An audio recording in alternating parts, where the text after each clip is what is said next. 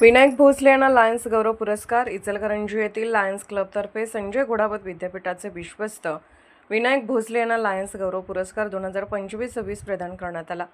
उगार sugar works लिमिटेडचे executive director Sohan Shirgaonkar यांच्या हस्ते भोसले व त्यांच्या पत्नी संगीता भोसले यांचा सन्मान करण्यात आला।